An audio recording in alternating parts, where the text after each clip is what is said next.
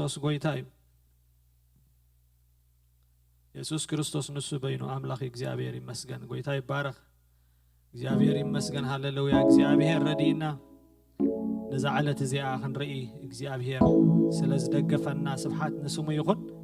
እግዚአብሔር ይመስገን ናይ ልሙዓንቲ አምልኾና ክንጅምሪና እግዚአብሔር ይመስገን እግዚአብሔር ከነምልኾና እግዚአብሔር ይመስገን እቲ እልልታ ዝፈልጥ ህዝብስ እግዚአብሔር ከዕልል እግዚአብሔር ይመስገን ስሙ ይባረክ እግዚአብሔር ሃሌሉያ አምልኾ ሃሌሉያ አብከናፍርና ምስጋና አብከናፍርና ክኸውን ሃሌሉያ ነቲ ዝደኮነና እግዚአብሔር ነቲ ዝፈጠረና እግዚአብሔር አምልኾና ስግደትና ናኡ ከነቅርብ እግዚአብሔር ይመስገን ይግባአና እዩ ካብ ካልእ ሰባት ስለዝበለጽና ይኮናን እግዚአብሔር ይመስገን ጎይታ ግን ስለዝረዳአና እዛ ዓለት እዚኣ ክንሪኣ ድማ እግዚአብሔር ስለዝገበረና ስሙ ብሩኽ ይኹን እግዚአብሔር ይመስገን ሃሌሉያ ጎይታ ክብርነ መስግነካ ለና እግዚአብሔር ይመስገን አብ ንጉስ ይኸሞ ጎይታ ስምካ ንባረኾለና ስለዚ ዕለት እዚ ተመስገን ካብ ምሕረትካ ዝተላዕለ ካብ ፍቅርካ ዝተላዕለ ካብ ረድኤትካ ዝተላዕለ እግዚአብሔር አምላኽ زعل زي أصل ذهب كنا نمسكنا كلنا بشم يسوع كريستوس جزينا ساعتنا كله وجزيابير أملاخ بمنفس كدوس كحيل خطقات أثر نتسأل لنا جزيابير بزيكا خا أملاخ يلن بزيكا خا نجوس يلن بزيكا خا مدحاني يلن جزيابير كبرنا عخا يخون جزيابير قويتان ودسا كان نمسكنا كنا لنا بشم يسوع كريستوس جزينا ساعتنا نسخاس لتركب تمسكن آمين يسوع قويتايو كدبنا باملخو مخدنا قبل بيزلو قال كان نبف እግዚአብሔር ይመስገን كلها እግዚአብሔር አምላክ ይመስገን ቃል አምላክ ከነ ንብብ አብዘለና ያቆይና እግዚአብሔር ይመስገን ነዚ ቃል እዚ በህብረት ኮይና እግዚአብሔር ይመስገን ከነ በወይና ጎይታ ይባረክ እንታይ ዝብል አብ ዕብራውያን ሳልሳይ ምዕራፍ ካብ ጥቅስ ሓደ ጀሚረ ከንበቦ እግዚአብሔር ይመስገን ስለዚህ ኸ አቱም ካብ ሰማያዊ ጽዋዓ ግደ ዘለኩም ቅዱሳን አሕዋተይ ከምቲ ሙሴ ድማ ኣብ ኩሉ ቤቱ እሙን ዝነበረ ናብቲ ነቲ ዝሾሞ እሙን ዝኾነ ኢየሱስ ናይ ምእማናን ሐዋርያን ሊቀ ካህናትን አቅልቡ ከምቲ እቲ ሰራሕ ቤት ካብታ ቤት ዝበልጥ ክብሪ ዘለዎ ንኡ ኸ ካብ ሙሴ ዝበልጽ ክብሪ ተገቢእዎ ኣሎ ቤት ዘበለስ ሰራሕ ኣለዋ እቲ ንኹሉ ዘዳለወ ግና አምላኽ እዩ ሙሴ ብዛዕባ እቲ ዳሓርክ ይነግር ዘለዎ ነገር ምስክር ምእንቲ ክኸውን ከም ጊልያ ኮይኑ ኣብ ኩላ ቤት እሙን ነበረ ክርስቶስ ግና ከሙሉድ ኣብ ቤት ኣብ ልዕሊ ቤቱ እዩ ትብዓትናን ትምክሕትናን ተስፋናን ክሳዕ መወዳእታ አጽኒዕና እንተ ሒዝናስ ቤቱ ንሕና ኢና ይብል ቃል እግዚአብሔር ይመስገን ሃሌሉያ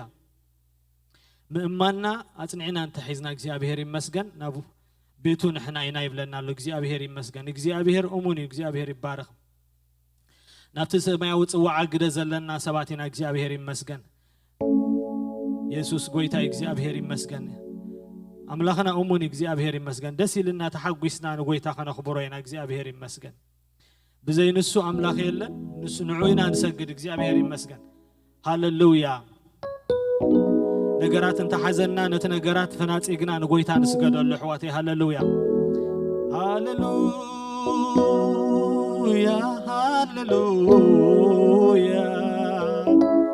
ንሰግደልካ ለና ኢየሱስ ንሰግደልካ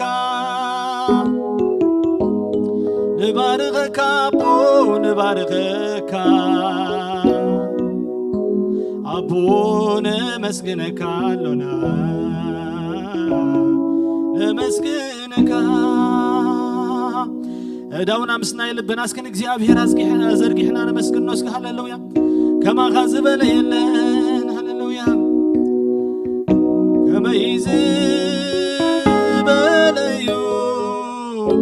እትባርያኻ ኣብትት በሓደ በምሕረት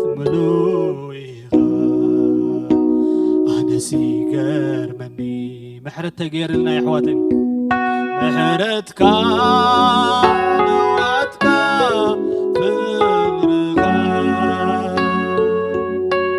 فغرغا أنا سيجر مني فغرخا نعاي بفكارك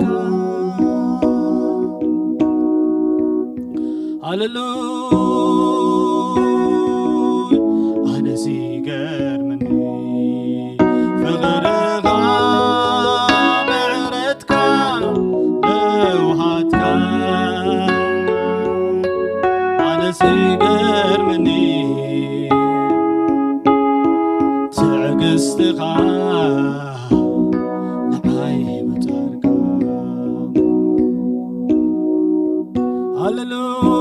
هللويا يقرمني يسوس يقرمني يقرمني يا أبو يقرمني تفغرغا نعاي مماتك أبا ميزفلوي وانقعد رغيبك أبتت بحاد بمحرم ملوي هللويا ويسوس هللويا أبيخا نقوسيخا يسوس مع النزريت نقوسيخا أوه هللويا يسوس قويتايخا يسوس قويتايخا إنا تقرمنا محرت تقير لنا حواتي هللويا أزيو زدنق محرت እግዚአብሔር ይመስገን محرت زبز حلو خمانا زبلا يلن እግዚአብሔር ይመስገን كابت محرت زتلعل هللويا ناي محرت سب كنا خدمانا لسفقاد እግዚአብሔር ይመስገን هللويا يسوس نسخا قويتايخا يسوس نسخا أملاخيخا يسوس هللويا هللويا نسجد لك اللونا يسوس تمسك هللويا هللويا بقلبيتو زفرا بقلبيتو زفرا بقلبيتو زفرا حد እግዚአብሔር تراي حد እግዚአብሔር تراي حد እግዚአብሔር تراي بعبيتو زفرا بعبيتو زفرا بعبيتو زفرا حد እግዚአብሔር تراي حد እግዚአብሔር تراي حد እግዚአብሔር تراي حد እግዚአብሔር تراي حد እግዚአብሔር تراي نأملاخنتك مودات يبلو ألفان أوميغان قدامي دحراي እግዚአብሔር تمسكن تمسكن قويتا تمسكن تمسكن يسوس تمسكن تمسكن وتمسكن تبارك قويتاي تبارك تبارك يسوس تبارك تبارك وتبارك نأملاخنتك مودات يبلو ألفان أوميغان قدامي دحري እግዚአብሔር تمسكن تمسكن قويتاي تمسكن تمسكن يسوس تمسكن تمسكن وتمسكن تبارك قويتاي تبارك تبارك يسوس تبارك تبارك وتبارك نغلو فتير كيو كلو وانت فاترو نحر وين كم عالبا تتغليلو كحل فيو ويتاقن زمناتك كتوعي ودانيو يسوس كن زمناتك كتوعي ودانيو تمسكن قويتاي تمسكن تمسكن يسوس تمسكن تمسكن وتمسكن تبارك قويتاي تبارك تبارك يسوس تبارك تبارك وتبارك لعلبن قويتاي لعلبن لعلبن يسوس لعلبن لعلبن ولعلبن نغلو فتير كيو كل وين تفاترو نحر وين كم عالبا تتغليلو كحال فيو نغلو فتير كيو كل وين تفاترو نحر وين كم عالبا تتغليلو كحال فيو قويتاقن زمناتك كتوعي ودانيو يسوس كن زمناتك كتوعي ودانيو عبو كن زمناتك كتوعي ودانيو يسوس كن عمتاتك كتوعي ودانيو تمسكن تمسكن قويتا تمسكن تمسكن يسوس تمسكن تمسكن وتمسكن تبارك قويتا تبارك تبارك يسوس تبارك تبارك وتبارك لعلبن قويتا لعلبن لعلبن يسوس لعلبن لعلبن ولعلبن تمسكن قويتا تمسكن تمسكن يسوس تمسكن تمسكن وتمسكن بعبيتو زفرة بعبيتو زفرة بعبيتو زفرة حدك زبير ترى بعبيتو زفرة بعبيتو زفرة بعبيتو زفرة حدك زبير ترى حدك زبير ترى حدك زبير ترى كم أملاخنتنا رأنا هللويا كم نكسنتو كم عبيتنا رأنا اسك هللويا بعبيتو زفرة بعبيتو زفرة بعبيتو زفرة حالك زابير ترى حالك زابير ترى حالك زابير ترى حالك زابير ترى حالك زابير ترى اسكن عوش هللويا هللويا هللويا بعبيتو زفرة عالم يسمع نقراتنا يسمع هللويا بعبيتو زفرة بعبيتو زفرة حدك زابير ترى حدك زابير ترى حدك زابير ترى هللويا هللويا هللويا حدك زابير ترى حدك زابير ترى نأملاغنتك موداتها يبلون ألفان أوميغان قدامي دحري እግዚአብሔር ተመስገን ተመስገን ጌታዬ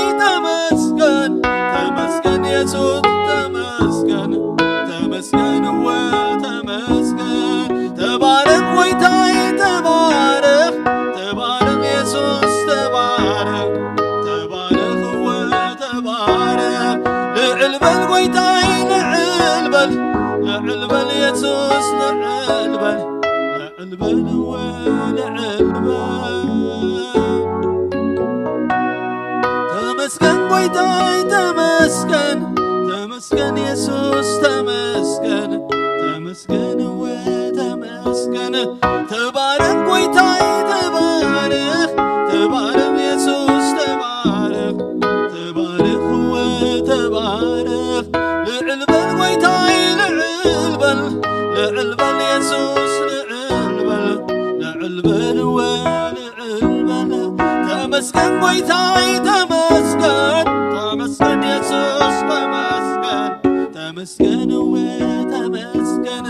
تبارك قويتاي تبارك تبارك قويتاي تبارك تبارك وتبارك ነገራትና ብዘይ ገድስ ሕዋቴ ሃሌሉያ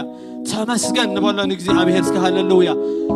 ይግባእካ ይምስጋና ኢሉ ሃሌሉያ ይግባኦ ኢየሱስ በዓል ናዝሬት ሃሌሉያ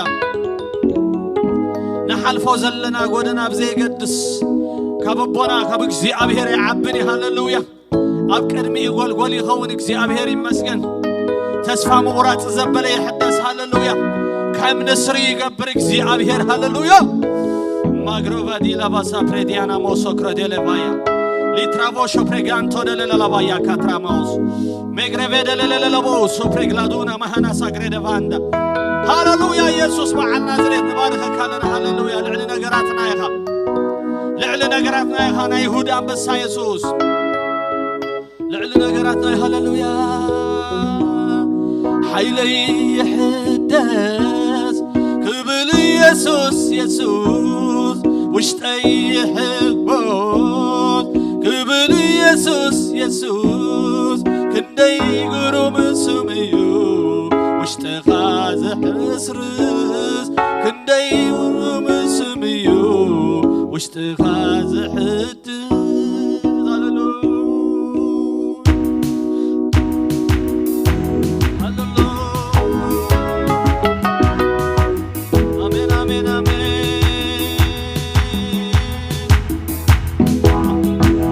حيلي يحدث قبل يسوس يسوس وشتي يحبوت قبل يسوس يسوس كندي قروم سميو واشتغاز سرس كندي قروم سميو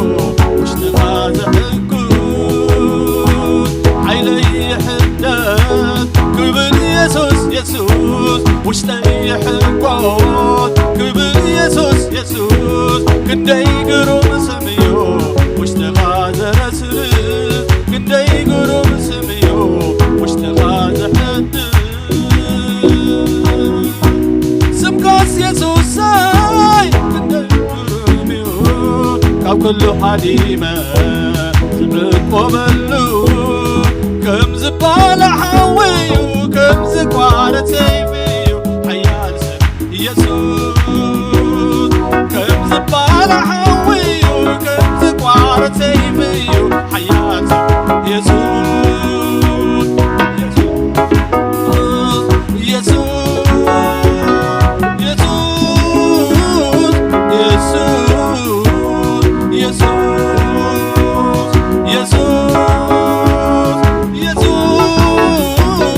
يسوس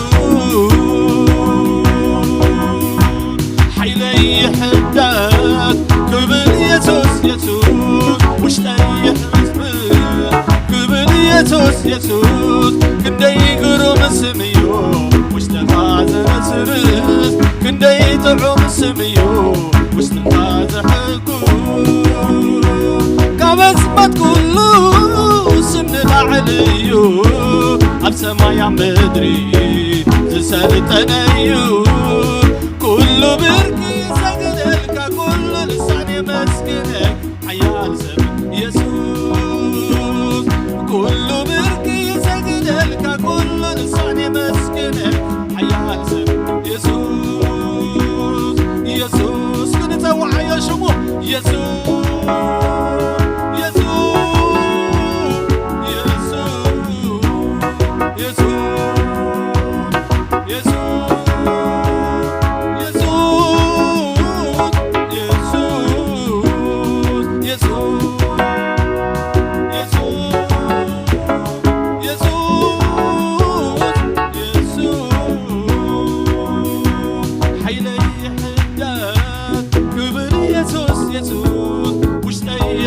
መለኮት ክብር ኢየሱስ ኢየሱስ ክንደይ ግሩም ስም እዩ ውሽጥኻ ዘልውጥ ክንደይ ግሩም ስም እዩ ልብኻ ዘሕጉ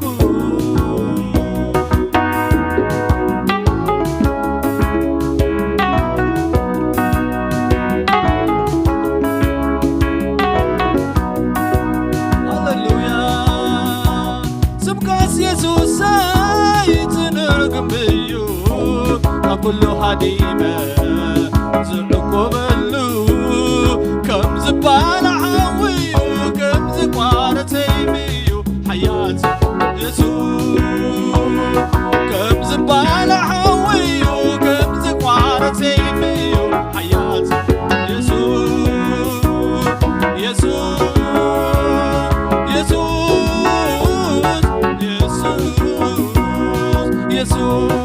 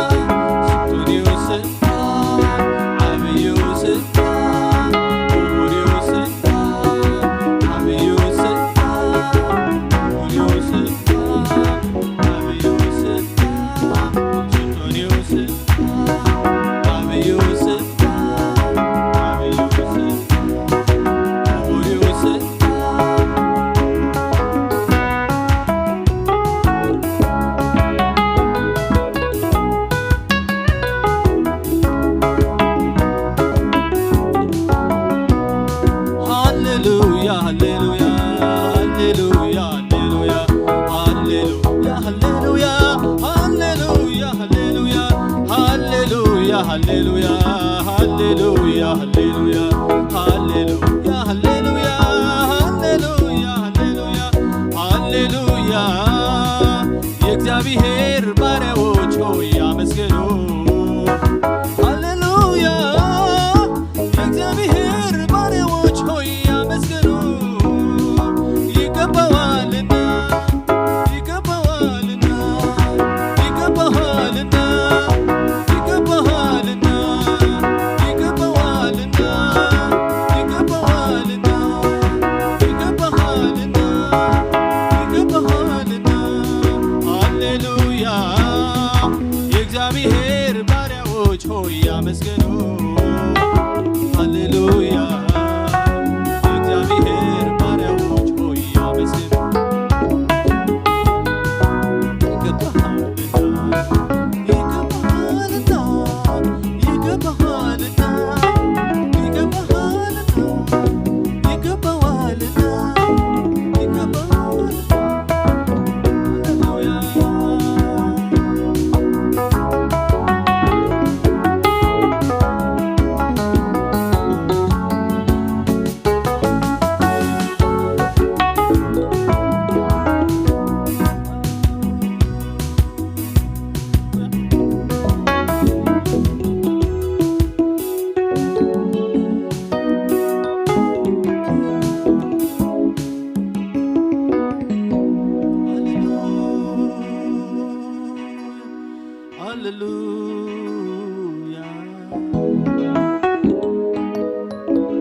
ሃሌሉያ ኢየሱስ ጐይታዬ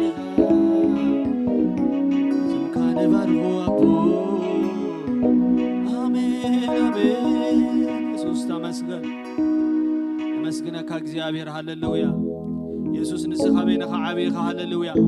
ኩሉ ብርክ ዘበለ ንዓኻ ይምርከኸልካ ወእግዚአብሔር ይሰግደልካ ልሳን ዘበለ ኢየሱስ ክርስቶስ ጐይታ ምዃኑ የመን ሃሌሉያ ማንም ዘይእመን የለን ሃሌሉያ ንስምካ ዘይንቅጥቀጥ ሓይል የለን ሞጐይታ ብሕብረት ኮይንና ኢየሱስ ንብላለና ኣብ ነገራትና ኢየሱስ ንብላለና ኣብ ሕቶና ኢየሱስ ንብላለና ኣብ ዝጨነቐና ዘበለ ሁሉ ኢየሱስ ንብላለና መፍትሒ ሁሉ ዝኾነ ኢየሱስ ክርስቶስ በዓል ናዝሬት ሃሌሉያ ካብ ድቕድቕ ጸልማት ናብ ዘገርም ብርሃን ዘሳገርካና ጐይታ ተመስገን ሃሌሉያ ካብ ኣስማት ኩሉ ስም ንላዕሊ እዩ ኣብ ኩሉ ዝበለ ሃሌሉያ ኣብ ሰማይ ኣብ ምድሪ ዝሰልጠነ እዩ ኩሉ ብርኪ ይሰግደልካ ኩሉ ልሳን ይመነካ ሓያል ስም ኢየሱስ ሃሌሉያ ኢየሱስ ክርስቶስ ጐይታ እዩ ሃሌሉያ ሃሌሉያ በዚ መንፈስ ዝኸለና እግዚአብሔር ይመስገን ናብቲ ዝቕፅል ክንከይድና እግዚአብሔር ይመስገን ልብና ብሓጎስ መሊኡ ውሽጥና ብሰላም መሊኡ ሃሌሉያ ካብ ስሙ ዝተለዓለ ሃሌሉያ ካብ ጐይትነቱ ዝተለዓለ ንዑ ክብርና ሃብና ሃሌሉያ ኣብ ዘለና ይኸፍ ክንብል ኢና እግዚአብሔር ይመስገን ቃል ኣምላኽ ክመጻና እግዚአብሔር ይመስገን ሃሌሉያ ጐይታ ድማ ብቃሉ ክዛረበና እግዚአብሔር ይባረክ ሃሌሉያ ሽምካ ይባረክ ኢየሱስ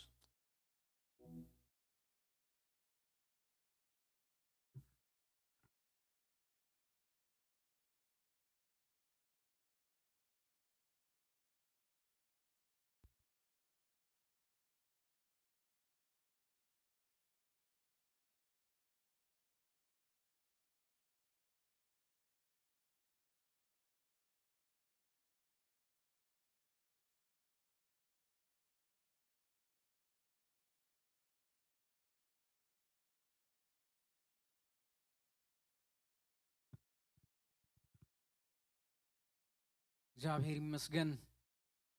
ክብርን እግዚአብሔር ይሁን ኢየሱስ ክርስቶስ ስማልን ሎምን ዘለዓለም ያው እዩ ኢየሱስ ክርስቶስ ንሱ ዘለዓለማዊ አምላክ እዩ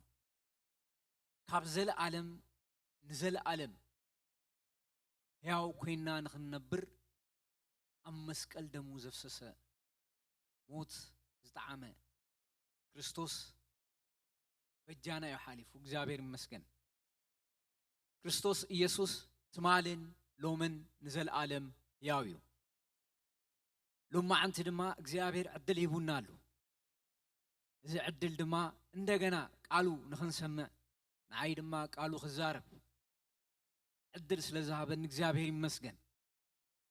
إذا عدل زي ካብ أملاخي እግዚአብሔር ቃሉ ንخنسمع عدل ስለዛሃበና زلعالم استمسገነ ይኹን ሕጂውን ሎም ምሸት እንደገና ካብ ቃል አምላኽ መወዳእታ ዘይብሉ ተዘሪቡ መወዳእታ ዘይብሉ ቃል አምላኽ መጽሐፍ ቅዱስ ዘገርም መጽሐፍ እዩ ብዙሕ መጽሐፍ አንቢብኩም ትኾኑ ሓንሳብ ተንብብዋ ካልኣይት ደግሞዋ ካብኡ ንኔው ግን ኣኺሉ መጽሐፍ ቅዱስ ግን ከምኡ ይኮነን ዘገርም ንምንታዩ እንታይ ምስጢር ተይልና መንፈስ ቅዱስ መሪሕነት ስለስተጻሐፈ እዩ መጽሐፍ ቅዱስ ኩሉ ሻዕ ሕያው እዩ ሕያው ስለዝኾነ ድማ ቅድሚ 1000 ዓመት ኣብዛ ዓለም ናይ ጸልማት ዘመን ነይሩ እቲ ናይ ጸልማት ዘመን ወንጌል ዝጠፋኣሉ ዘመን ቃል ሓቂ ዝተደርበየሉ ዘመን ነይሩ ሉተር ክትስእኸሎ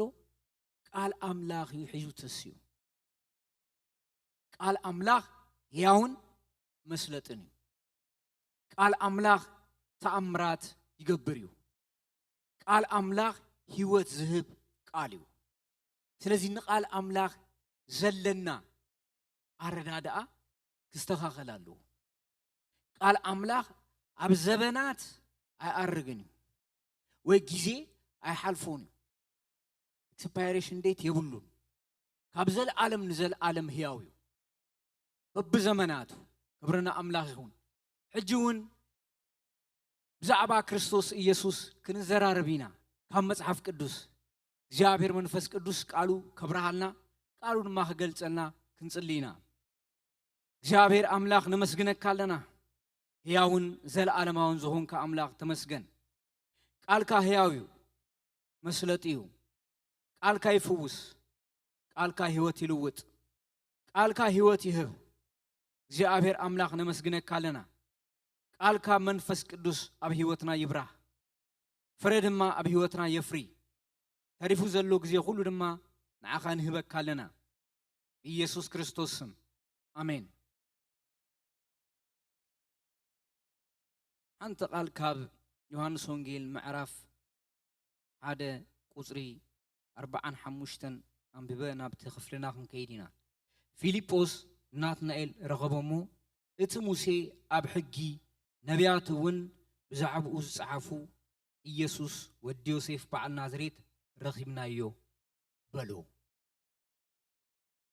ሙሴ ብሕጊ ነቢያት ዝጸሓፉሉ ኢየሱስ ወዲ ናዝሬት ረኺብናዮ በሎ ብዛዕባ ክርስቶስ እዩ ዝዛረብ ዘሎ ክርስቶስ ቅድሚ ብስጋ ምግላጹ ሙሴ ብሕጊ ገሊጽዎ እዩ ነቢያት ድማ ብትንቢት መንፈስ ገሊጾም እዮም ንመን ንክርስቶስ ስለዚ ንዑ ኣብ ሕግን ኣብ ነቢያትን ዝተጻሕፈሉ ኢየሱስ ክርስቶስ ወዲ ናዝሬት ረኺብናዮ ኢሉ እቲ ዝተጻሕፈሉ ነቢያት ዝመስከሩሉ ሙሴ ብሕጊ ዝጻሕፈሉ ረኺብናዮ ኣለና ኢሉ ብስራት ነጊርዎ እሱ ግን እንታይ ኢልዎ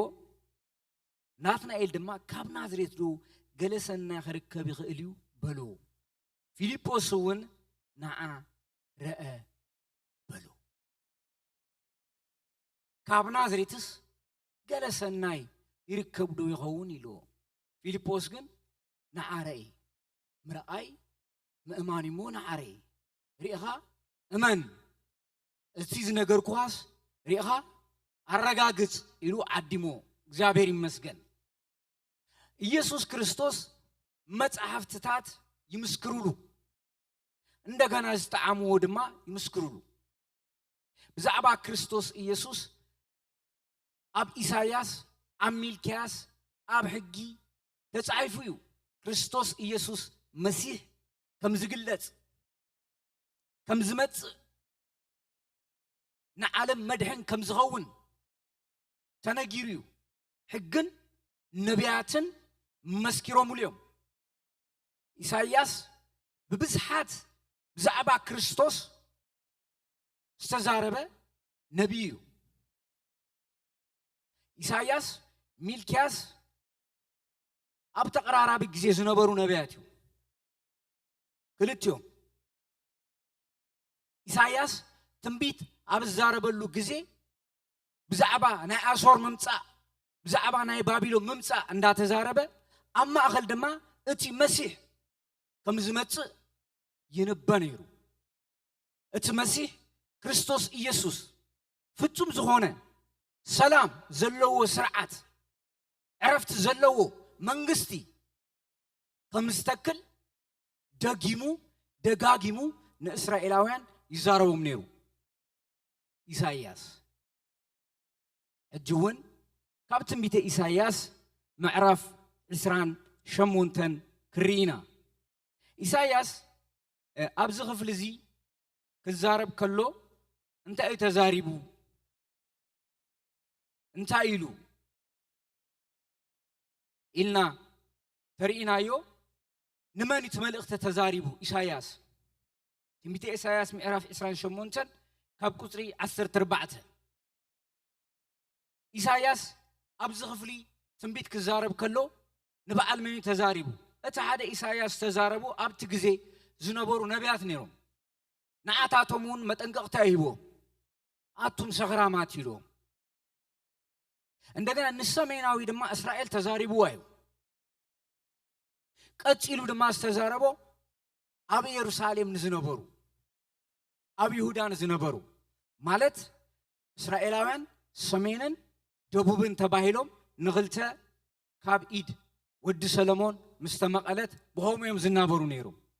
ንኹሎም ግን መልእኽቲ ነይርዎ መን ኢሳይያስ ይህ ንምንታይ ተዛሪቦም ኢሳይያስ ኣብቲ ግዜቲስ እቲ መልእኽቲ ንመን ተዛሪቦም ዝገርም ነገር ንትህዝቢ ኮነን ኢሳይያስ ተዛሪቦ ሰሜናዊ እስራኤል ዝመርሑ ዝነበሩ እንደገና ንቶም አገልገልቲ ነቢያቲና ዝብሉ ኣብ ይሁዳውን ኣብ ኢየሩሳሌም ንቶም ኣብ ኢየሩሳሌም ኣብቲ ቤተ ክህነት ከባብን ዝነበሩ ንዓታቶም ተዛሪቦም ክዛረቦም ከሎ እንታይ ተዛሪቦም ኣብቲ መልእኽቱ ኸስ እንታይ ኣብ ማእኸል ኣቐሚጡ ኣብ ቁጽሪ 14 ጀሚሩ እምነ ማእዘን ጽዮን ኢሉ ዝተዛረበሉ ንመን እዩ ብልሹና ነይሩ ዝዓረረ ብልሹና ነይሩ ኣብቲ ፖለቲካ ኣብቲ ሃይማኖት ኣብቲ ኢኮኖሚ ኩሉ ነገር ዝጠስጠሰ ጊዜ እዩ መንፈሳዊ ብልሹና ዝነበረሉ በጣም ዘስካክሕ ጊዜ እዩ ናሓንቲ ሰኣኒ ሰብ ባሪያ ኮይኑ ዝግዛኣሉ ዝነበረ ጊዜ እዩ ናሓንቲ ቁራስ ምግቢ ባሪያ ኮይኑ ሰብ ዝግዛኣሉ ዝነበረ ዝግፋዓሉ ዝነበረ ጊዜ እዩ ሓው ምስ ሓው ዝተጫሃኸነሉ ጊዜ ጨካን ጊዜ እዩ እግዚአብሔር ግን ይዛረብ ነይሩ ኣብ ዘመን አካዝያስ ምዕራፍ 7 ትንቢተ ኢሳይያስ ሶርያን ሰማርያን ይሁዳ ኮጉዋ መጽዮም መጀመሪያ ዋጉ ዝነበሩ ሰማርያን ይሁዳን እዮም ነይሩ ዳሃር አሶር ንመን ዘሪው መጽዩ ንሰማርያ ዘሪው መጽዩ ከቢድ ጊዜ ነይሩ እሱ ምስተሰገረ ድማ ንጉስ ሕዝቅያስ ምስ መጸ ቀጽሉ አሶር እንደገና መጽዩ ይሁዳ ከቢብዋ እግዚአብሔር እንደገና በተአምራት አትሪፎ ኮይኑ ግን ሕጅውን እግዚአብሔር ካብ መገዶም ስለዘይ ተመለሱ ብዛዕባ ባቢሎን ይዛረቦም ነይሩ ብመን በኢሳይያስ ብዛዕባ ባቢሎን አሶር ጨንገሬ ሓሊፉዩ ሕጂ ድማ መን ክመጽዩ ባቢሎን ክመጽዩ ኣብዚ ውሽጢ እዩ እግዚአብሔር ንቶም ተስፋ ዝጸልመቶም ነቶም ተስፋ ዝሰኣኑ ተስፋ ዝሃቦም እግዚአብሔር ይመስገን እግዚአብሔር ኣብ ጸልማት ድቅድቅ ኣብ ዝበለ ጸልማት እግዚአብሔር ተስፋ ይህብ እዩ እግዚአብሔር ኣብ ብርሃን ተስፋ አይህብን እዩ ብርሃን ብርሃን እዩ እግዚአብሔር ተስፋ ዝህብ ኣብ ጸልማት ጊዜ እግዚአብሔር ተስፋ ዝህብ ግብ ኣብ ዝበለ ጸልማት ጊዜ እግዚአብሔር ንህዝቡ ተስፋ ዝህብ ስለዚ እግዚአብሔር ከምዚ ኢሉ እምኒ ማዕዘን ጽዮን ስለዚ አቱም ነዚ ኣብ ኢየሩሳሌም ዘሎ ህዝቢ እተመሓደሩ መላገጽቲ ቃል እግዚአብሔር ስምዑ ንስኻትኩም ምስ ሞት ኪዳን ተኣታቲና ምስ ዓድሙታት ድማ ተዋዓኢልና ንሓሶት ጸግዕና ንጥልመቱውን ክውልና ጌርና ኢና ሞ መዓት ከም ደምሳስ ወሓዚ ኮይኑ ክመጽእ ከሎ ኣባናስ ኣይበጽሕን እዩ እናበልኩም ትጃሃሩ ኣለኹ ስለዚ እግዚአብሔር አምላክ ከምዚ ይብላሉ እነሆ ኣብ ጽዮን እምኒ ሰረት ማዕዘን እምኒ መሰረት ጽኑዕ እምኒ ዱልዱል ዝመሰረቱ ክቡር እምኒ ኩርናዕ ኣነብር ኣለኹ እቲ ዝኣምኑ ኣይክህወኽን እዩ ናይቲ መሰረት መዐቀኒ ፍትሒ መለኪዑ ከዓ ጽድቂ ክኸውን እዩ እግዚአብሔር እንታይ ኢሉ ኣብ ጽዮን ሰረት ከቐምጥ እቲ ኸውሒ ብኡ ዝኣምን እንታይ ይብልን እዩ ኣይክህወፅን እዩ ብኡ ዝኣመነስ ዝሓለፈ ክሓልፍ እዩ ግን ኣይክህወፅን እዚ እምኒ መን እዩ ክርስቶስ እዩ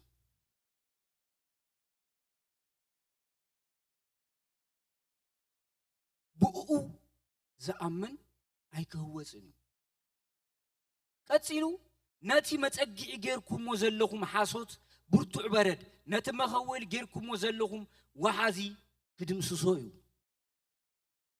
እቲ ምስ ሞት ዝተኣታተኹሞ ኪዳን ከንቱ ክኸውን እዩ እቲ ምስ ዓድሙታት ዝተዋዓልኩሞ ውዕል ከዓ ኣይክጸንዕን እዩ መዓት ከም ደምሳሲ ወሓዚ ኮይኑ ክመጽእ ከሎ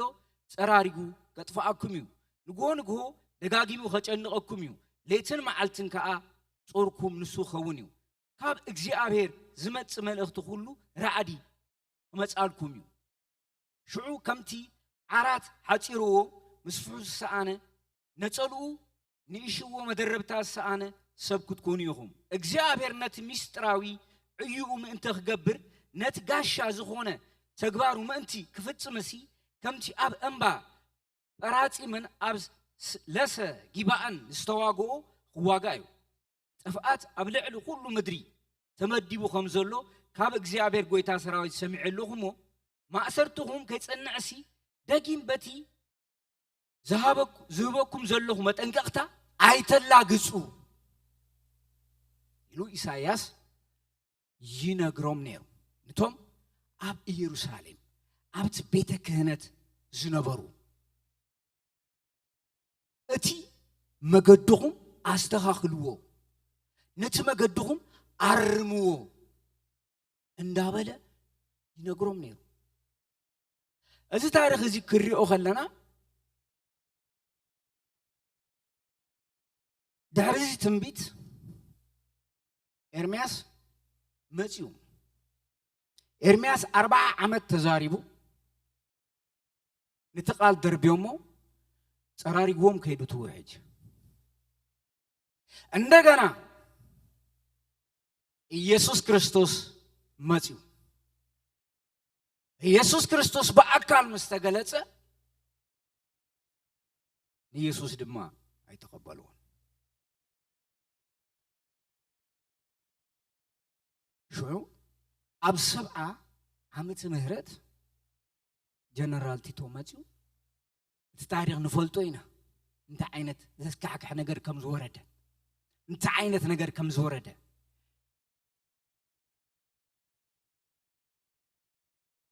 በቲ ኩርና ማእዝን ክርስቶስ ዝኣምን ኣይክህወፅን በክርስቶስ መጀመሪያ ብጥቃድ ካልኣይ በክርስቶስ ኣይተቀበሉን ንዚ ዮሐንስ ክዛረብ ከሎ ናብ ገዛእ ወገኑ መጽኡ ቶም ወገናቱ ግን ኣይተቀበሉን ነቶም ዝተቀበልዎ በስሙን ዝኣምኑ ዘበሉ ሁሉ ናይ ዘለዓለም ህይወት ክህቦም ክርስቶስ ኣይተቀበሉን ኪዳን ምስ ሓሶት ኮይኑ ኪዳን ምስ ዓመፃ ኮይኑ እግዚአብሔር ግን እቲ ኩርና ማእዘን ዝኾነ እቲ ከውሒስ ኣብ ኢየሩሳሌም ከቐምጥ ብኡ ዝኣምን ኣይክህወፅን እዩ ኣይክህወፅን بمن بكريستوس إيسوس زأمن ኣይክህወፅን እዩ زيلو ክርስቶስ ኢየሱስ በቃሉ ተገሊጹሎም ነይሩ እቲ ግዜት ዳሓር ድማ ቃል ስጋ ኮይኑ ተገሊጹ በጣም ዘገርም ነገር እግዚአብሔር ንቅድሚት ይዝሪ ሰብ ድማ ናሕጂ ይዝሪ ሰብ ናሕጂ ይዝሪ እግዚአብሔር ድማ ንቅድሚት እንዳራአዩ ዝዛረብ እዚዩ ትፈልሊ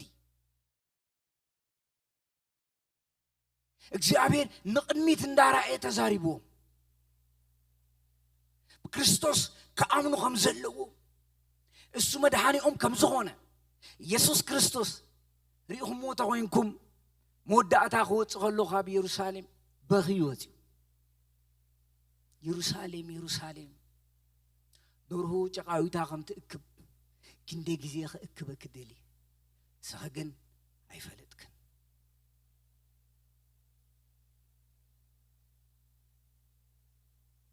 ኣይተረዳእን ኣስተብዓለትን እንታይ ነገር ከም ዘሎ ቅድሚያስ ኣይተዓዘቡን እቲ መልእኽቲ ግን ስፔሲፊክ ንመን ይመጽኡ ኣብ ኢየሩሳሌም ንዝነበሩ ወሰንቲ ኃይልታት ዝበሃሉ ማለት እዩ ኣብቲ መንፈሳዊ ቦታ ወሰንቲ ኃይልታት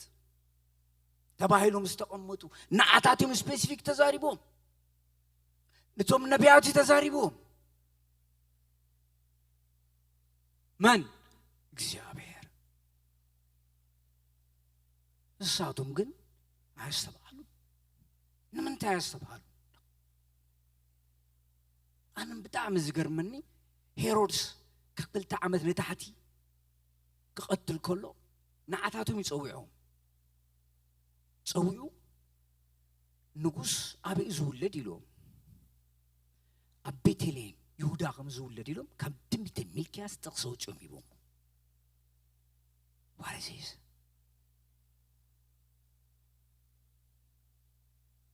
ማቴዎስ ወንጌል ምዕራፍ 2 ሄድኩም አንብቡ ተቕሲ አውጭም ይቦም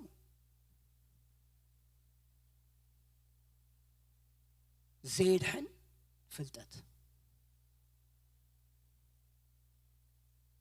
ክርስቶስ ግን ኣይተቀበሉን ደፊዮም ክርስቶስ ንስተቀበልዎ ብስሙን ዝኣምኑ ናይ ዘለዓለም ህይወት ይህቦም ካብ ክፉእ ሁሉ ድማ ይሕልዎም ካብ ክፉእ ኩሉ ድማ የድሕኖም መን ክርስቶስ ኢየሱስ ክርስቶስ ኢየሱስ ዘድሕን ጎይታ እዩ መድሓኒ እዩ ውሕስነት ኣለዎ ብዘለዓለም ውሕስነት ኣለዎ ብምድሪ እውን ውሕስነት ኣለዎ መን ኢየሱስ ክርስቶስ ሃሌሉያ ክርስቶስ የድሕን እዩ መድሓኒ እዩ ንዝተቐበልዎ ብስሙ ንዝኣምኑ ዘበል ሁሉ ናይ ዘለዓለም ህይወት ክህቦም ክርስቶስ እሙን እዩ ክርስቶስ ኢየሱስ ቃል ስጋ ኮይኑ ተገሊጽ እዩ ጸጋን ሓቅን ተመሊኡ እቲ ዝተነገረ ትንቢት ቅድሚ 2000 ዓመት ሕያው ኮይኑ እዩ ሕጂ ብምስላ ኣይኮነን ተገሊጹ ኢየሱስ ክብርና አምላክ ይሁን ኢየሱስ ክርስቶስ ተማልን ሎምን ንዘለዓለም ሕያው እዩ ኣብ ጽዮን እምኒ መሰረት ጽኑዕ እምኒ ዱልዱል ዝመሰረቱ ክቡር እምኒ ኩርናዕ ኣንብር ኣለኹ እቲ ዝኣምኑ ኣይክህወኽን እዩ ናይቲ መሰረት መዐቀኒ ፍትሒ መለኪዑ ከዓ ጽድቂ ክኸውን እዩ ኣይክህወፅ መጽሓፍ ቅዱስ ብዛዕባ ክርስቶስ ኢየሱስ ዝተፈላለየ ቦታታት ይዛረብ ኣብ ዝተፈላለየ ቦታታት ትንቢተ ኢሳይያስ ምዕራፍ 8 ንኺድ እስቲ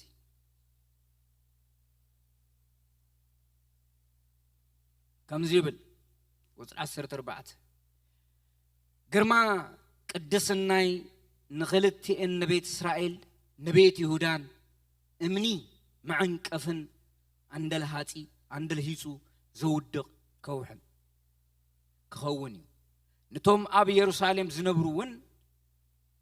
መድፈናነቶም ኣብ ኢየሩሳሌም ዝነብሩ መድፈናና መፈንጠራን ክኾኖም እዩ ብዙሓት ካብኣቶም ክዕንቀፉ ወዲቖም እውን ክስበር እዮም ብመፈንጠሮኦም እውን ክትሓዙ እዮም ክርስቶስ ኢየሱስ እቲ ኸውሒ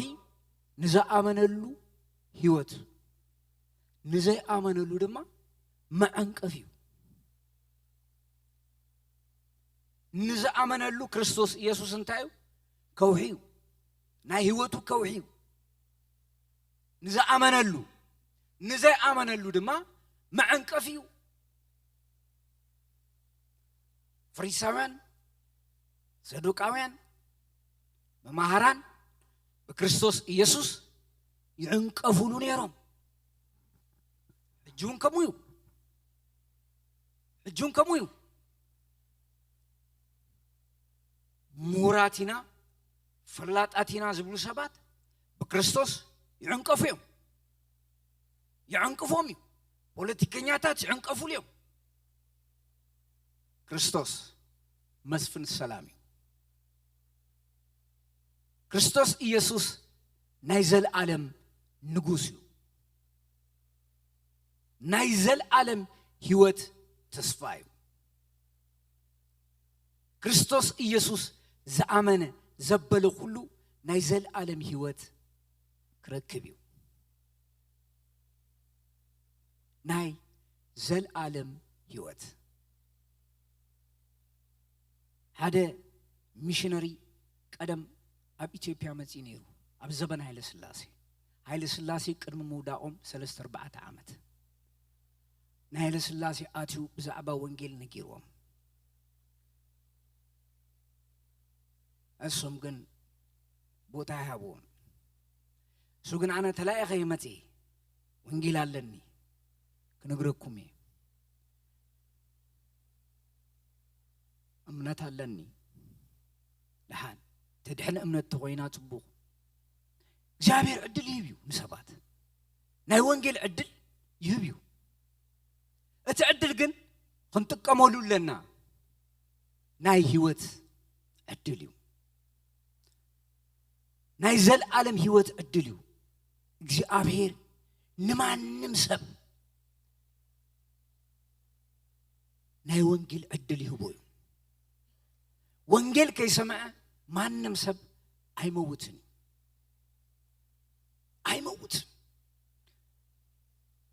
ሰብ ግን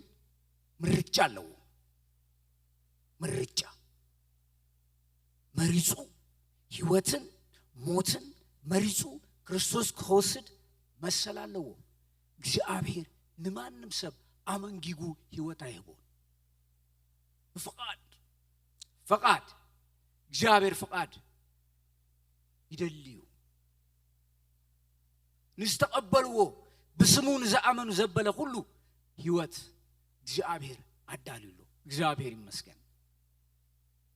እዚ ህይወት ድማ ዘለዓለማዊ ህይወት እዩ እዚ ህይወት ፍጹም ሰላም ዘለዎ ህይወት እዩ ኢየሱስ ክርስቶስ ትማልን ሎመን ዘለዓለም ሕያው እዩ ኢየሱስ ክርስቶስ ትማልን ሎመን ዘለዓለም ሕያው እዩ ክርስቶስ ንዘአመኑሉ ናይ ህይወቶም መሰረት እዩ ንዘአመኑሉ ግን ማዕንቀፊ ዝኾኑ ከምዚ ኮይኑ 8:14 ትንቢተ ኢሳይያስ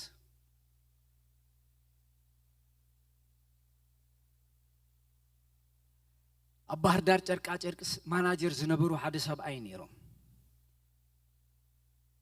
ኣብዝናይ ስዑክ ናይ ኮሚኒስት ሃገራት ዝነበሩ ኣብዮም ተማሂሮም ቶም ሰብኣይ ዳር ጡረታ ወፂኦም አዲስ አበባ መፅኦም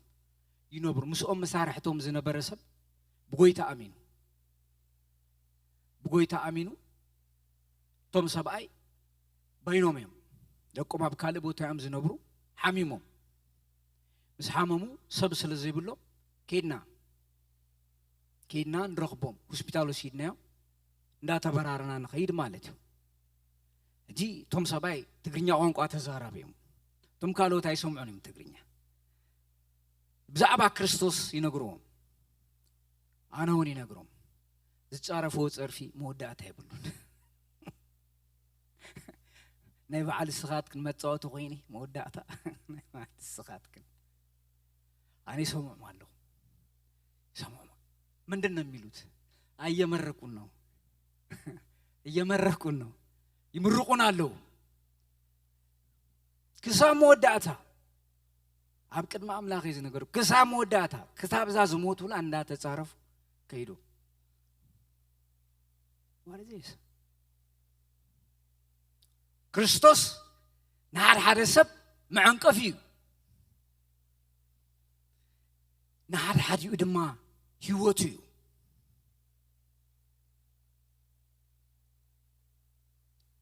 ብሽሙን ዝኣመኑ ንስተቀበሎ ናይ ዘለዓለም ህይወት ክርስቶስ ይህብ እዩ ስለዚ ብዛዕባ ክርስቶስ ንሰባት ተዛሪብኩም ኪሎ ተይሎምኩም ኣይትሰንብዱ ዘሰንብድ ነገር ኣይኮነን ተተጻሪፎምን ኣይትሰንብዱ እንታይ ዘሰንብድ ኣለኩም ክትሓዝኑሎም ይዝግባአኩም ክትሓዝኑሎም ይግባእ ክርስቶስ ንስተቀበልዎ በስሙን ዘአምኑ ጥራዩ ህይወት ጀኩ አይከውነን ህይወት የለን ስለዚ ንሪኦም ዘለና ሰባት ደፊኦም ሞዮ መዝሙረ ዳዊት ምዕራፍ 2 ድማ ብዛዕባ ክርስቶስ ክሪና ከምቦ የሙሉ እግዚአብሔር ዘሐረዮ ንጉስ ስለምንታዩም አሕዛብ ዘዓሉ ህዝብታቱን ከንቱ ምኽሪ ዘአልሙ ነገስታት ምድሪ ይተንስኡ መሳፍንት ኸአ ምስኦም ሓቢሮም ኣብ እግዚአብሔር ኣብቲ ንሱ ዘሐረዮ ንጉስን ክፉእ ይአልሙለው ካብ ግዝአቶም ሓራ ንኹን ነርዑቶም ውን ካባና እንደርብዮ ድማ ይብሉለው እቲ ኣብ ሰማይ ዝነብር ይስሕቆም እግዚአብሔር የላግጸሎም ሽዑ ተቆጥዑ ይግስጾም ብነድሪ ኸአ የፈራረሖም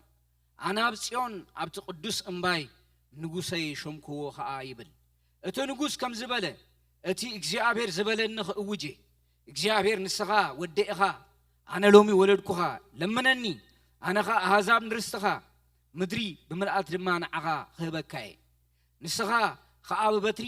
ሓፂን ክትቅጥቅጦም ከም ኣቕሓ መሬት ድማ ክትሰባብሮም ኢኻ በለኒ እምበኣርከስ ኣቱም ነገስታት ለብሙ ኣቱም ገዛእት ምድሪ እውን ተኣረሙ ንእግዚአብሔር ብፍርሃት አገልግሎ ብራዕደ ከዓ ስገድሉ ኩሩ ቀልጢፉ ይነድድ እሞ ከይኩሪ በሃንደበት ከይጥፋአኩም እሲ ንወዱ ተሳለምዎ ኣብኡ ዝምዕቆብ ዘበሉ ኩሎም ዕውታት ውፅኣንዮም ኣብኡ ንወዱ ተሳለሙ ኣቱም ነገስታት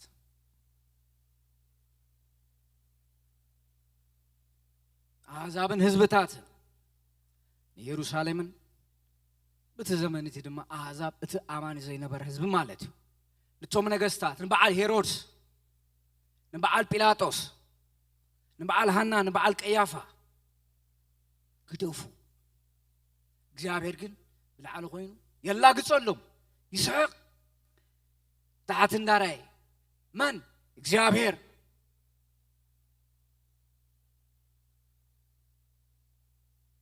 እቲ መሲሕ እቲ ንጉስ እቲ ክርስቶስ ኢየሱስ ንሱ ናይ ዘለዓለም ህይወት ተስፋ እዩ እሱ ናይ ህይወት ብርሃን እዩ ክርስቶስ ኢየሱስ استقبلوا بسمون زعمون زبله كله نايزل عالم هيوت يهبوم نغستات الله غيصو زبطات ጨዲሮም እግዚአብሔር ግን አብ ዙፋኑ ሁሉ ክብርና አምላክ ይሁን ኢየሱስ ክርስቶስ ንዘል ዓለም ያውዩ ኢየሱስ ክርስቶስ ተማልን ሎምን ንዘል ዓለም ያውዩ ኢየሱስ ክርስቶስ አይልወጥም ኢየሱስ ክርስቶስ ከምኡ ሃሌሉያ ኢየሱስ ክርስቶስ አብ ዙፋኑ ሁሉ ሞት ሲዒሩ አብ የማን አቡ በخبرለው استقبلوا بسمون زعمون زبله كله نايزل عالم هيوت كهبوم دلويو ክርስቶስ ኢየሱስ ንኃጢአተኛታት ከድሕን ናብዛ ዓለም መጽ ዝብል ቃል እሙንን ኩሉ ክቅበሎ ይግባእ ንኃጢአተኛታት ከድሕን ይመጽኡ መን ክርስቶስ ኢየሱስ ክርስቶስ አመስቀል ተሸንከረሉ ሚስጥር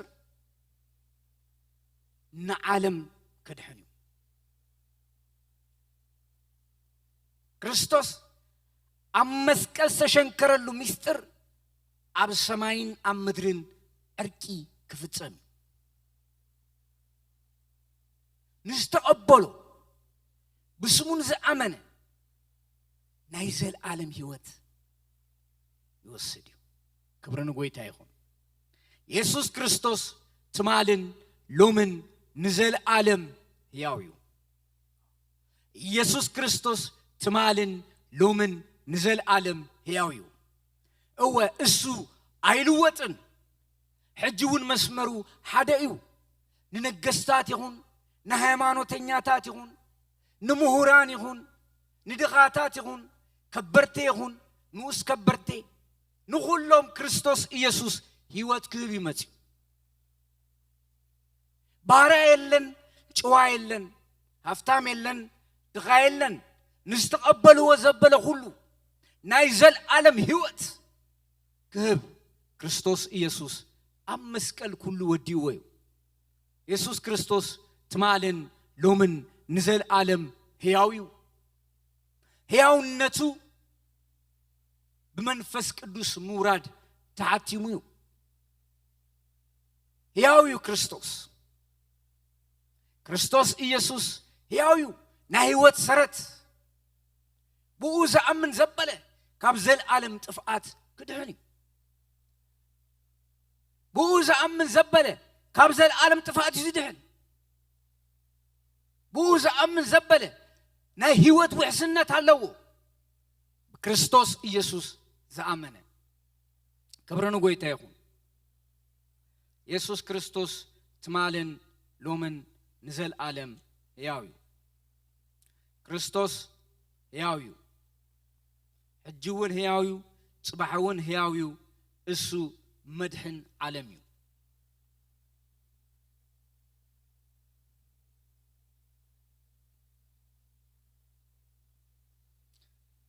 ኣብዚ መዝሙር 53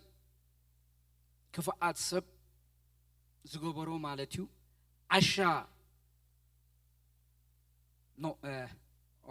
ዓሻ ብልቡ ኣምላኽ የልቦን ይብል ኩሎም ተበላሾም ፉንፉን ግብሪ ይገብሩ ሰናይ ዝገብር ሓደኳ የልቦን ንዕኡ ዝደሊ ለባም ሰብ እንተሎ ክርኢ ኢሉስ ኣምላኽ ካብ ሰማይ ናብ ደቂ ሰብ አንቆልቂሉ ጠመተ ኩላቶም ተጋግዮም ብዘለዎ ኩላቶም ረኺሶም እዮም ገለ ሰናይ ዝገብር ሰብ የልቦን ሓደኳ የልቦን እዞም ንህዝበይ ከምንጌራ ዝበልዕዎ ናባይ ናብ ኣምላኽ ዘይምህለሉ ገበርቲ እከይ ኩላቶም እምበኣርዶ ይስተውዕሉ እዮም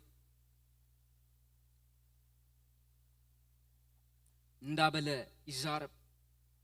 መዝሙረ ዳዊት ምዕራፍ 53 እግዚአብሔር ዓሻ ሰብ እንታይ ይብል ብልቡ አምላኽ የለን ዓሻ ሰብ ዓሻ ሰብ ከሰብ ዓሻ እዩ ዝገርም ዕሽነት እዩ እግዚአብሔር አምላኽ የለን በቀን ቀዚሉስ አምላኽ የለን ዘገርም እዩ የስሕቅ እዩ ሰብ ክዕሾ ከሎስ አምላኽ የለን ይዝብል ለካ ዓይሾም አምላኽ የለን ዝብሉ እግዚአብሔር ይመስገን እግዚአብሔር ሰናይ እዩ ንሱ ካብ ዘለዓለም ንዘለዓለም ሕያው እዩ ንሱ ኩሉ ሻዕ ኣብ ዙፋኑ ኣሎ እሱ ኩሉ ሻዕ ኣብ ዙፋኑ ኣሎ ሓደ ዘማር እንታይ ኢሉ የለም ያሉ የሉም አንተ ትኖራለህ በዘለዓለም ክብር ዳግም ትመጣለህ ሃሌሉያ ክመጽዩ ኢየሱስ ክርስቶስ ወይታዩ ክብርና አምላኽ ይሁን ኢየሱስ ክርስቶስ ካብ ዘለዓለም ንዘለዓለም ሕያው እዩ ንሱ ዘለዓለማዊ ጻድቕ አምላኽ እዩ ትንቢተ ኢሳይያስ ምዕራፍ 53 እቶም ህዝቢ ከምዚ ኢሎም መለሱ ነዚ ምስክርና መን ኣመኑ ኣብዚ ነገር ዝኸ ሓይሊ ቅልጽም እግዚአብሔር ከም ዘሎ ንመን ተጋሃደሉ እነሆ ንዘይትፈልጥዎ ህዝቢ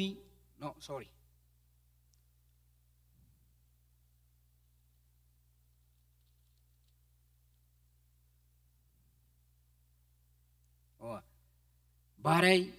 ከም ጨንፈር ከምቲ ካብ ንቁፅ ምድሪ ዝወፅእ ሱሩን ከጨብጭብ ፍቃድ እግዚአብሔር ነበረ መልክዕን ውቃበና አይነበሮን መስራእናዮ ዘበገና ትርኢት አይነበሮን ንዑቅን ብሰብ ድርብዩን ነበረ በዓል ስቃይ ብሕማም ልዱይ ከምቲ ኣብ ቅድሚኡ ገጾም ዝጉልብብሉ ሰብ ዝተዋረደ ነበረ ንሕናውን ገለኳ ይቆፀርናዮን በሓቂ ንሱ ንሕማምና ጾሮ ንስቃይና ኸዓ ኣብ ነፍሱ ጸዓኖ ንሕና ግና ብእግዚአብሔር ከም ዝተወቕዐን ከም ዝተቐዘፈን ከም ዝተዋረደን ጌርና ቆፀርናዮ ንሱ ግና ብሰሪ ገበና ቆሰለ ብሰሪ ኣበሳና ድማ ተኸትከተ ንሕና ሰላም ምእንቲ ክንረክብ መቕጻዕቲ ናብ ወረደ ንሕና እውን ብስምብራቱ ሓወና ኩላትና ከም ዝተባረራ ኣባጊዕ ነበርና ነፍስ ወከፍ ነናብ መገዱ ዘንበለ እግዚአብሔር ከዓ ኣበሳ ኩላትና ኣብኡ ኣውደቆ መከራ ጸገበ ግና ኸርእሱ ኣዋሪዱ ብትሕትና ተቐበሎ ኣፉውን ኣይከፈተን ከምቲ ናብ ማሕረዲ ሰብከብ ገንሸል ከምቲ ኣብ ቅድሚ መቕዝታ ስቕ እትብል በጊዕ ኣፉ ኣይከፈተን ብግፍዒ ሒዞም ፈረድዎ ናብቲ ዝቐትልሉ ቦታ ጎቲቶም ወሰድዎ እሞ ቀተልዎ ብዛዕባቲ ዝበጽሖ መከራ ዝተገደሰ ሓደ እኳ የልቦን ብምኽንያት ገበን ህዝብና ተቐተለ እከይ ዘይገበረ ሓሶትካ ኣብ ኣፉ ዘይተረኸበ ክነሱስ ምስ ሓጥኣን كم زموت قبرو مقابرو خا أمس هابتامات كونه እግዚአብሔር ግና ከምዚ ይብላሉ ክሳቀ መከራኽ ዕምሸሽ ፍቃደዩ ሞቱ ሕድገት ኃጢአት ዘምጽ መስዋዕት ነበር ስለዚ ንሱ ዘርኡ ኽሪዩ ዕድሚኡ ነዊሕ ኸውን እዩ ፍቃደይ ከአብኡ ክፍጸም እዩ ድሕሪ ስቃይ ከም በሐድሽ ሓጎስ ክረክብ እዩ ንኸንቱ ከም ዝተሳቀየ ኸኣ ንኸንቱ ከም ዘይተሳቀየ ኸኣ ክፈልጥ እዩ እቲ ኣነ ብኡ ዝተሓጎስኩ ጻድቕ ባርያይ ንብዙሓት ከጽድቕ ኣበሶም ድማ ባዕሉ ክጸውር እዩ ንህይወቱ ተሓጉሹ ንሞት ወፈያ ምስ በደለኛታት ከኣ ተቆጸረ እወ ሓጢአት ብዙሓት ጾረ ሓጢአቶም ምእንቲ ክሕደገሎም ከኣ ምእንቲ በደለኛታት ለመነ ስለዚ ግዲኡ ምስ ዓበይቲ ክመቕሎ ምርኮውን ምስ ሓያላት ክምቀል እዩ ኢየሱስ ክርስቶስ ሃሌሉያ ኢየሱስ ክርስቶስ እዚ ሁሉ ዝኸፈሎ ደቂ ሰባት እዩ መሪር ዋጋ ይኸፊሉ ክርስቶስ ኢየሱስ ንመን ደቂ ሰባት ኣብ መስቀል ዝተኸፈለ ዋጋ እዚ ክርስቶስ ኣብ መስቀል ተሰቂሉ ከሎ እንዳ ተሳቀየ ከሎ ብትሕቲኡ ኮይኖም ዝብልዎ ነይሩ ወዲ ኣምላኽ ተኮይንካ ካብ መስቀል ውረድ ንሕና እውን ክንኣምን ኢና ቤተ መቅደስ ተፍርስ ሰለስተ መዓልቲ ትሰርሑ እስኪ ውረድ ካብኡ ክሪኤካ ኢና እቶም ሓደ ድማ እንታይ ብልዎ ነይሮም ብእግዚአብሔር ተኣሚኑ እዩ እስኪ ከድሕኖ ክሪኢና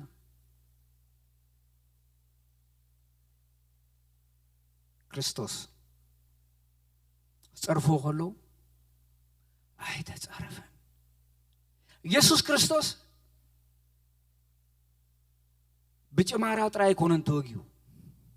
بملحسون توجيو أمسكال كله جنسوز ملسو ملسي أبوز قبرو ويفلتون مو يغره قبر اللهم إيسوس كريستوس ساخن دزي دك سبات زلو فقرن رهراين طلوعي حجون كريستوس إيسوس نسيو ناي بدلنياتات حاتيات تسكيمو عم مسكال زوعله نسيو زتصدق صدقي بخريستوس صدقي بأمناتيو يسوع كريستوس نحاتياتنياتات كرحن ناب عالم مص كريستوس يسوع حجون زل عالم هيوت صوعله نعونا منغست أملاخ بلالو منغست أملاخ منفس قدوس تقون صدقن سلامني سلام كابو يزركب بتخاو حزا أمانة أي كهوتن حقوسو موليو يزخون كريستوس إيسوس ناي سلام مسفنيو ناي سلام مسفنيو يسوع كريستوس ناي سلام منتيو ناي عرفت منتيو ناي سب نفس زعرف كريستوس يسوع ترايب ناي سب لب زعرف كريستوس يسوع ترايب كريستوس يسوع زأمن زبلة نسو بسلامن بعرفتن كنبري يسوع قويتاي السو يتميستر ناي سلام مستر كريستوس سلام كابو يزركب عرفتي كابو يزركب وشتاو سلام وشتاو حقوس جوي كابو يزركب كامن كاب كريستوس يسوس عرفت كابو كان نجر هيعرفن سلازي كريستوس يسوس نابز عدمه يعدمنا له ናብዚ ህይወት ይዕድመና ኣሎ መን ክርስቶስ ኢየሱስ ንዑ ጽምዕት ሃሉ ይምጻእ ይስተድማ ካብኡ ካመን ካብ ክርስቶስ ኢየሱስ ሃሌሉያ ንሱ ናይ ሰላም መስፍን እዩ ንሱ ናይ ሰላም ንጉስ እዩ ካብኡ ሰላም ዘሎ ሃሌሉያ ካብኡ ዕረፍቲ ዘሎ ካብኡ ህይወት ዘሎ ካብኡ በረኸት ዘሎ ካብኡ ወጻኢ ካልእ መንፈሳዊ ዕረፍቲ የለን ክርስቶስ ኢየሱስ ናይ ሰላም ንጉስ እዩ ሃሌሉያ ኢየሱስ ክርስቶስ ናይ ሰላም መስፍን እዩ ክብርና አምላኽ ይሁን ኢየሱስ ክርስቶስ ትማልን ሎምን ንዘለዓለም ሕያው እዩ ኢየሱስ ክርስቶስ ትማልን ሎምን ንዘለዓለም ሕያው እዩ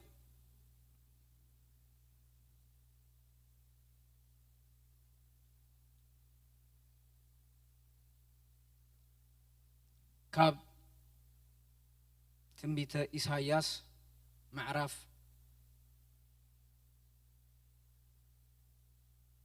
5 ከንብባይ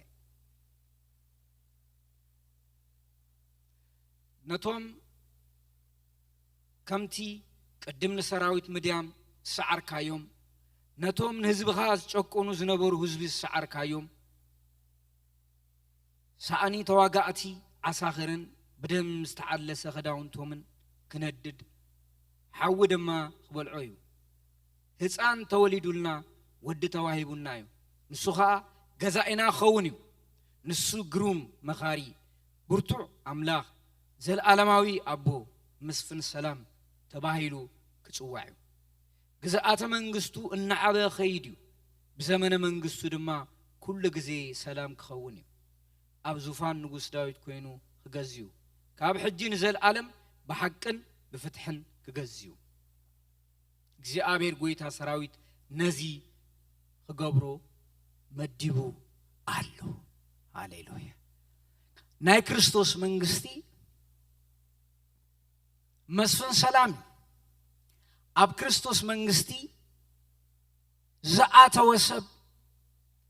ኣብ ክርስቶስ መንግስቲ ሕጂ መንፈስ ኣብ ክርስቶስ መንግስቲ ኣለና መንፈስ ቅዱስ ኣብ ህይወትና ኣሎ ክርስቶስ ግን ክመጽእ እንደገና ሃሌሉያ ንሱ ኣብ ዝገዝኣሉ ዘበን ፍጹም ሰላም አሎ ፍጹም ሰላም ወግእ ወረውግእ ኩሉ ክሰባብሮ እዩ ከጥፍኦ እዩ ሃሌሉያ ክርስቶስ ኢየሱስ መስፍን ሰላም ሰላም ዝተመልአ ንጉስ እዩ ሁከት የብሉን ሁከተኛ ንጉስ አይኮነን ናይ ሰላም ንጉስ እዩ አነ ናይ ክርስቶስ ኢየሱስ ዘገርመኒ ነገር ኣብ ምድሪ ዘበኑ ክመላለስ ከሎ 3 ዓመት እንፈረቃን ተገፊዑ እምበር ገፊዑ ይፈልጥ ተጸፊዑ እምበር ጸፊዑ ይፈልጥ ተቀንጢጡ እምበር ክዳኑ ቀንጢጡ ይፈልጥ ተወጊኡ እምበር ወጊኡ ይፈልጥ መስፍን ሰላም የናዝሬቱ ኢየሱስ ሃሌሉያ እዚሁ ንጉስና ስተርፈናሉ እትመስፍን ሰላም ኢየሱስ ክርስቶስ መጽዩ ኣብ መስቀል ፈጽሙ እዩ እንደገና ክምለስ እዩ ሃሌሉያ እንደገና ክመጽዩ እንደገና ክገዝዩ እንደገና ፍጹም ሰላም ክህበና እዩ ሃሌሉያ ኢየሱስ ክርስቶስ ትማልን ሎምን ንዘለዓለም ሕያው እዩ እወ ብጎይታ ዝኣመናሉ ምስጢር ሓደ እዩ ናይ እግዚአብሔር መንግስቲ ጽድቅን ሰላምን መንፈስ ቅዱስ ትኸውን እምበር ብልዕም ብመስተና ይኩነትን ከምዚ ገይሩ ንክርስቶስ ዝግዛእ ንእግዚአብሔርን ንሰብን ይሐጉስ መዓዝ ሕጂ መንፈስ ቅዱስ ሓጎስን ደስታን ኣለና ሰላም ኣለና ዕረፍት ኣለና ሃሌሉያ እቲ በዓሉ ናይ ሰላም መስፍን ماتيو هجز خلوا ما حسبوستي هاللويا هو بوز أمن زبلة أي كهوتن كريستوس يمتعلنا لنجي أي متعبنا كريستوس إيسوس كماتيو نمتو أي ترفن نمنتاي إذا قال زي هياوي إذا قال زي زل عالم وقالي كريستوس إيسوس كرمغلتش عمت ماتيو كم استنقرلو عم مسكل سرعو فتي مخيديو እንደገና ከመጽዩ ሃሌሉያ ከመጽዩ እንደገና ኢየሱስ ከመጽዩ ጴጥሮስ ንቶም መላገጽቲ ክምልሰሎም ከሎ እትምም ጽኡስ አበዩ ከምትማሊ ሕጅቡን ይወግህ ይመስህ ይጽባሃሉ ክርስቶስ ግን ከመጽዩ ሃሌሉያ ኦ ተስፋ ይቦም እዚ ተስፋ እሙኑ ملاختي نهاريات عبد برزيت كرن أتوم نا يروشاليم سبات نمنتين لعل التموتو كمزي خير تراخمو كريستوس كمو كملسيو يسوس كريستوس تمالن لومن نزل عالم هياويو كملسيو يسوس كريستوس نتوم زعمنو كريستوس إيسوس بهوت زلو صبو توم كريستوس زعمنكم جن نعو ناب كريستوس إيسوس ويتاج وعكم علو نايزل عالم هوت تسفان كبرن ورسول لكم علو توم كريستوس زلهم كريستوس أو هيوتكم سلزلو نجزابير مسجنو زعابي تسفان كبرنالو هاللويا كريستوس يسوس كمتيو هو اتمسفن السلام اتناي السلام نجوس كمتيو ممتو أي ترفنيو هاللويا نبعات كلك حبسيو زحزنا خطنا نعي كبرنا قوي تايخون هاللويا يسوس كريستوس تمالن لومن نزل عالم هياويو آمين كبرنا قوي تايخون كنسلينا يسوس نمسكنك كالنا ألفان أوميغان هياو زخوين كانغوس كبرنا بلك كالنا زمسلك كايلن زودا درك كايلن كابزل عالم نزل عالم هياويخا كابزل عالم نزل عالم كبوريخا زل عالماو كبرن مسغانا نيغباكا سلازاب كاننا هيوت عدل نخبرك لنا كبر مسغانا نبكالنا تريفو زلو غزي كله قدوس እግዚአብሔር ናኻ አይፍና ንህባለና ምሸትና ብሩህ ግበረልና ዘበና ሁሉ በአኻ ዝተባረኸ ይሁን ጸጋ መንፈስ ካን ይብዛሐልና በክብር ወድኻ በኢየሱስ ክርስቶስ ስም አሜን